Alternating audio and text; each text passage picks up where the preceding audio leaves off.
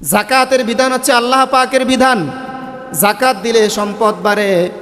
জাকাতের ব্যাপারে একটা ঘটনা, বিশ্বনবী সাল্লাল্লাহু আলাইহি ওয়াসাল্লাম জাকাতের ব্যাপারে একদিন মসজিদে নববীতে বসে মুসল্লিদেরকে জাকাতের ফজিলত সম্পর্কে আলোচনা করতেছিলেন।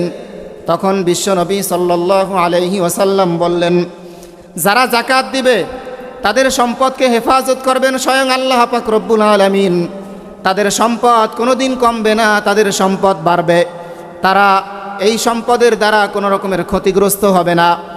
আজকে যেই সম্পদের জাকাত দিবে আগামী দিন তারা ডবল সম্পদের জাকাত দিবে। এরকম বিভিন্নভাবে বিশ্বনবী সাল্লাল্লাহু আলাইহি ওয়াসাল্লাম জাকাতের ব্যাপারে ফজিলত বর্ণনা করতেছিলেন। এমত অবস্থায় মসজিদে নববীর বাহিরে দাঁড়িয়ে দাঁড়িয়ে একজন ইহুদি মহিলা এই ভাষণটা শুনতেছিলেন।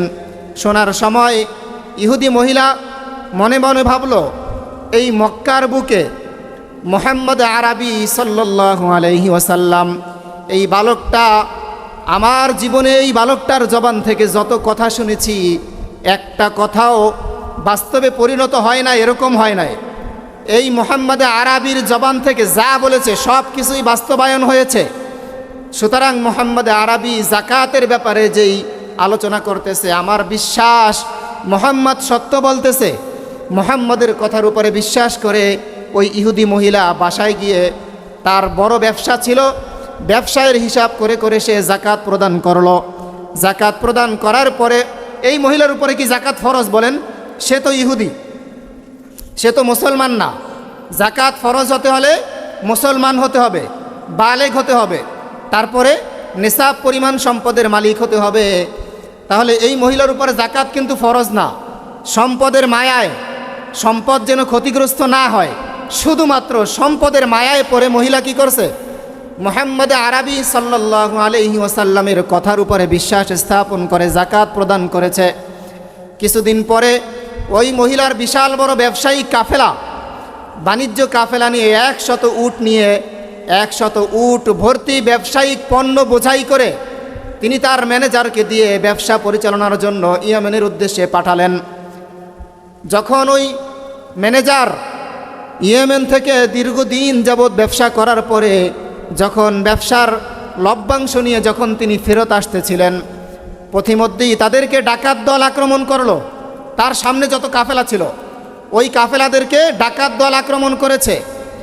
আক্রমণ করার ফলে 3-4 কিলোমিটার আগে, 3-4 কিলোমিটার আগে এই যে ওই মহিলা, ইহুদি মহিলার যে কাফেলা, ওই কাফেলার সামনে যে উটটা ছিল, ম্যানেজারের যে উটটা, এই উটটা একটা পাথরের আঘাত লেগে ওখানে পা পিছলে পড়ে গেছে। ম্যানেজার অনেক চেষ্টা করার পরেও ওই উটটাকে আর উঠাতে পারল না। ইতিমধ্যে খবর চলে আসছে ইহুদি মহিলার কাছে যে সর্বনাশ হয়ে গেছে, আপনার কাফেলাকে ডাকাত দল আক্রমণ করেছে, আপনার সম্পদ লুটতরাজ করে নিয়ে গেছে। মহিলা বিশ্বাস করতেছে না। খবরদার, আমার এটা বিশ্বাস হয় না, কারণ মুহাম্মদ আরবি সাল্লাল্লাহু আলাইহি ওয়াসাল্লামের জবান থেকে কোনো দিন আমি মিথ্যা কথা শুনি নাই। মুহাম্মদ আরবি যা বলেছে সব কিছু সত্য হয়েছে, কিন্তু আমার সম্পদ তো আমি জাকাত দিয়েছি, আমার সম্পদ কখনো ক্ষতিগ্রস্ত হতে পারে না। এই বলে এখন মহিলা দুদুল্যমান, সে তো মুসলমান না, আমার সম্পদটা ক্ষতিগ্রস্ত হতেও পারে নাও হতে পারে, এই বলে উনি দুদুল্যমান। এবং যেই ব্যক্তি তাকে খবর দিয়েছে তার কাছে বলতেছে, আল্লাহর কসম করে বলতেছি, মুহাম্মদ আরবির কথা শুনে আমি জাকাত দিয়েছি, তারপরেও যদি আমার সম্পদ ক্ষতিগ্রস্ত হয়, মুহাম্মদের কলারটা ধরে পই পই হিসাব করে আমি আমার সম্পদগুলো আদায় করে নেব। নাউযুবিল্লাহি মিন যালিক। একদিন পরে দ্বিপ্রহর যখন হলো, ওই রাতটা গেল, তার পরের দিন যখন দুপুরবেলা হলো, দুপুরবেলায় ওই মহিলা তো ছটফট করতেছে সম্পদের মায়ায়। কিছুক্ষণ পরে দেখে দ্বিপ্রহরের সময় তার ম্যানেজার আসছে। আসার পরে জিজ্ঞাসা করে, ব্যাপার কি? আমি শুনলাম আমার কাফেলা নাকি ডাকাত দল আক্রমণ করেছে, আমার কাফেলার খবর কি? ম্যানেজার বলল, ম্যাডাম, ডাকাত দল আক্রমণ করেছিল আমাদের সামনের কাফেলাগুলোকে, আমরা ছিলাম ওখান থেকে 3-4 কিলোমিটার পিছনে। পথিমধ্যেই ছোট্ট একটা পাথরের আঘাতে আমাদের এই সামনের উটটা, যেই উটটার উপরে আমি বসেছিলাম, এই উটের পাটা পিছলে পড়ে গেছে ছোট্ট একটা পাথরের আঘাতে। আমি খেয়াল করে দেখলাম কোনো রকমের ক্ষতিগ্রস্ত হয় নাই। তারপরেও আমি অনেকক্ষণ যাবৎ চেষ্টা করেছি, উটটাকে কোনোভাবেই আমি জাগ্রত করতে পারি না, উট উঠতেছে না। অনেক চেষ্টা করার পরেও উট তো আর উঠতেছে না। কিন্তু ঘন্টা খানিক যাওয়ার পরে আমার এই উটটা এমনি এমনি উঠে গেল। এর মধ্যে যখন আমার উটটা, সামনের উটটা যখন বসে গেল, বসে যাওয়ার পরে পিছনের উটগুলো এমনিতেই অটোমেটিক্যালি বসে গেছে। কারণ উটের একটা ধর্ম আছে, সামনের যে উটটা যেদিকে যাবে, যা করবে, পিছনের উটগুলোও তাই করবে।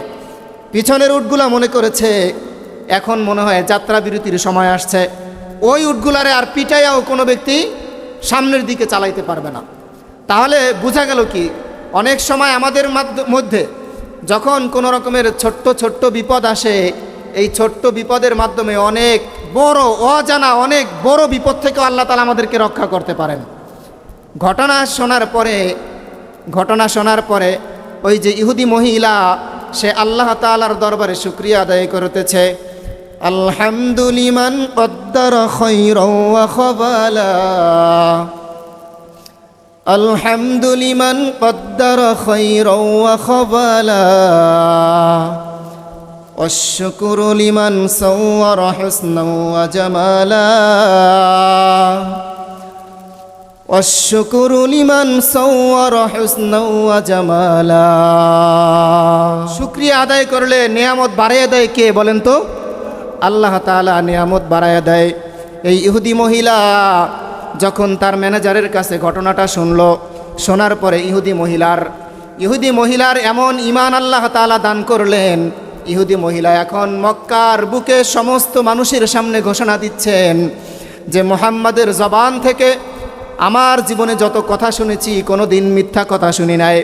আজকেও আমার এই বিশাল ব্যবসায়িক কাফেলাকে মুহাম্মাদের কথার উপরে বিশ্বাস করে যাকাত দেওয়ার কারণে আমার এই বিশাল ব্যবসায়িক কাফেলাকে আল্লাহ তাআলা হেফাজত করেছেন। যেই আল্লাহ তাআলা আমার এই ব্যবসায়িক কাফেলাকে হেফাজত করেছেন, সেই আল্লাহ তাআলার তাওহীদের ঘোষণা দিচ্ছে বিশ্বনবী মুহাম্মদ সাল্লাল্লাহু আলাইহি ওয়াসাল্লাম। মক্কার সকল কাফের মুশরিক বেদুইনদের সামনে সকলকে সাক্ষী রেখে আমি মহিলা, আমি এই মুহাম্মাদের কালিমার প্রতি, আমি মুহাম্মাদের রবের প্রতি ঈমান আনলাম। লা ইলাহা ইল্লাল্লাহু মুহাম্মাদুর রাসূলুল্লাহ সাল্লাল্লাহু আলাইহি ওয়াসাল্লাম। কালিমা গ্রহণ করার পরে ইহুদি মহিলা বলতেছে, যেই মুহাম্মাদের কথার কারণে আমার সম্পদকে আল্লাহ তাআলা হেফাজত করেছেন, আমার বিশ্বাস এই মুহাম্মাদের খোদার উপরে যদি আমি ঈমান আনি, কিয়ামতের ময়দানে জাহান্নামের আগুন থেকে আল্লাহ তাআলা আমাকে বাঁচায়া দিবেন। সুবহানাল্লাহ। তাহলে যাকাত দিলে ভাই সম্পদ বাড়ে নাকি কমে বলেন তো? সম্পদ বাড়ে, সম্পদ কমে না। এত কিছু আলোচনা করার পরেও গত জুমায় যাকাত সম্পর্কে আলোচনা করেছি, আজকের জুমায় যাকাত সম্পর্কে আলোচনা করলাম। সাধ্য অনুযায়ী আল্লাহ তাআলা যতটুকু ইলম আমাকে দিয়েছে এই অনুযায়ী বোঝানোর চেষ্টা করলাম। একজন মুমিন আল্লাহ পাকের আয়াত যখন একটা শুনে তারপরই তো তার ঈমান আসার কথা, তাই না? কোরআন এবং হাদিস থেকে যথাসাধ্য চেষ্টা করেছি যাকাত আদায়ের ব্যাপারে, কিন্তু এরপরও যেই ব্যক্তি যাকাত আদায় করবে না, তার কি ঈমান আছে বলেন? তার ঈমান নাই। তার ব্যাপারে আল্লাহ পাক রব্বুল আলামিনের উপরে ছেড়ে দিলাম। আল্লাহ পাক রব্বুল আলামিন বলেন, খতামাল্লাহু আলা কুলুবিহিম ওয়া আলা সামঈহিম ওয়া আলা আবসারিহিম গিশাওয়াতুন ওয়া লাহুম আযাবুন আযীম। হে নবী, আপনি তো শুধুমাত্র দাওয়াত দিতে পারেন, হেদায়েতের মালিক হচ্ছে কে? আল্লাহ তাআলা। তাহলে আমি তো শুধুমাত্র আপনাদেরকে কোরআন এবং হাদিস থেকে সতর্ক করতে পারি। যারা এই কোরআন এবং হাদিসের পরে এই কথাগুলো শোনার পরেও যারা সতর্ক হবে না, যারা যাকাত দিবে না, তাদের ব্যাপারে কিয়ামতের ময়দানে ভয়াবহ শাস্তির ব্যবস্থা রেখেছেন কে? আল্লাহ তাআলা রেখে দিয়েছেন। তাদের অন্তরটা হচ্ছে খতামাল্লাহু আলা কুলুবিহিম, তাদের অন্তরের মধ্যে আল্লাহ তাআলা মোহর মেরে দিয়েছেন।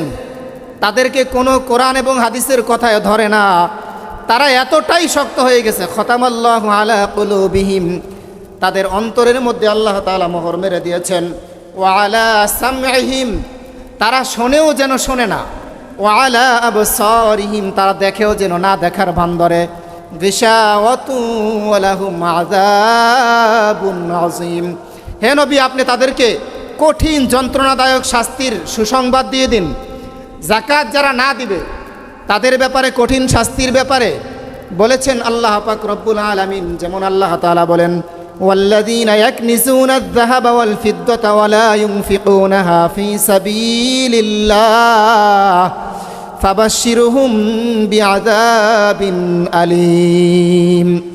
যারা স্বর্ণ এবং রৌপ্য এগুলোকে মজুত করে রাখে, অথবা নগদ জমানো টাকাগুলোকে মজুত করে রাখে, অথবা ব্যবসায়িক পণ্যকে মজুত করে রাখে, কিন্তু যাকাত দেয় না, ইয়াউমা ইউহমা আলাইহা ফি নারি জাহান্নামা ফাতুকওয়া বিহা জিবাহুহুম ওয়া জুনুবুহুম ওয়া যুহুরুহুম, তাদেরকে কিয়ামতের ময়দানে ওই সম্পদগুলোকে স্বর্ণ এবং রূপার পাত বানানো হবে। যদি টাকা রাখেন তারপর এটাকে স্বর্ণ এবং রূপার পাত বানানো হবে। জাহান্নামের আগুনের মধ্যে এটাকে একেবারে তাপ দিয়ে উত্তপ্ত করে তারপরে কপালের মধ্যে সেক দেওয়া হবে, তারপরে পিঠের মধ্যে সেক দেওয়া হবে এবং পাঁজরের মধ্যে সেক দেওয়া হবে। তারপরে 2 নম্বর শাস্তি হচ্ছে তাদের কবরের মধ্যে বিষাক্ত সাপ আসবে।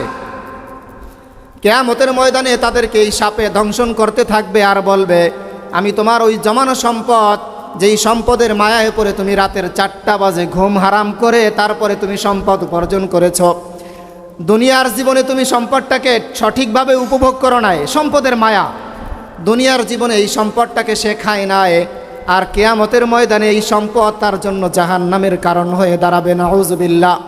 এজন্যে যারা যাকাত দিবে না তাদেরকে কঠিন যন্ত্রণাদায়ক শাস্তি দেওয়া হবে ভাই। এজন্য আল্লাহ তাআলা আমাদেরকে যাদেরকে নিসাব পরিমাণ সম্পদের মালিক বানিয়েছেন, আমরা তারা যাকাত দিব। যাকাত হচ্ছে ফরজ বিধান, আল্লাহ পাকের বিধান। যাকাত কাদেরকে দেওয়া যাবে? যাকাত 8 শ্রেণীর লোকদেরকে দিতে হবে। যেমন আল্লাহ পাক রব্বুল আলামিন বলেন, ইন্নামাস সাদাকাতু লিল ফুকারাই ওয়াল মাসাকিন ওয়াল আমিলিনা আলাইহা ওয়াল মুআল্লাফাতি কুলুবুহুম ওয়া ফির রিকাবি ওয়াল গারিমিনা ওয়া ফি সাবিলিল্লাহি ওয়া ইবনিস সাবিল ফরিদাতাম মিনাল্লাহ ওয়াল্লাহু আলিমুল হাকীম।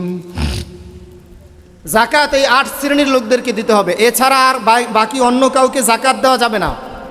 8 শ্রেণীর লোক কারা কারা?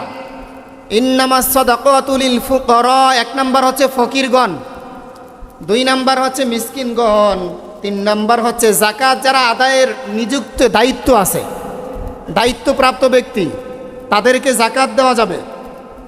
4 নাম্বার হচ্ছে যাদের মন সন্তুষ্ট করা যায়, যেমন ধরেন একজন ইহুদি খ্রিস্টান অথবা আমার হিন্দু একজন বন্ধু, কিন্তু তাকে যদি আমি যাকাত দিই, ইসলামের একটা মহান বিধান, এটা দিলে তার এই অভাবটাও দূর হচ্ছে এবং তার মনটাও সন্তুষ্ট হচ্ছে, সম্ভাবনা আছে সেই ইসলাম গ্রহণ করার, তাহলে মন সন্তুষ্টির জন্য যাকাত দেওয়া যাবে। 5 নাম্বার দাস মুক্তির জন্য যাকাত দেওয়া যাবে। 6 নাম্বার ঋণগ্রস্ত ব্যক্তিকে যাকাত দেওয়া যাবে। 7 নাম্বার আল্লাহ তাআলার রাস্তায় যারা জিহাদ পালন করতে গেছে, জিহাদ যারা করে, আল্লাহর জমিনে আল্লাহর দিনকে, আল্লাহর বিধানকে বাস্তবায়ন করার জন্য যারা জিহাদ করে তাদেরকে যাকাত দেওয়া যাবে। 4 নাম্বার হচ্ছে মুসাফির ব্যক্তিকে যাকাত দেওয়া 8 নাম্বার মুসাফির ব্যক্তিকে যাকাত দেওয়া যাবে। তাহলে এই 8 শ্রেণীর ব্যক্তি ছাড়া অন্য কাউকে যাকাত দেওয়া যাবে না।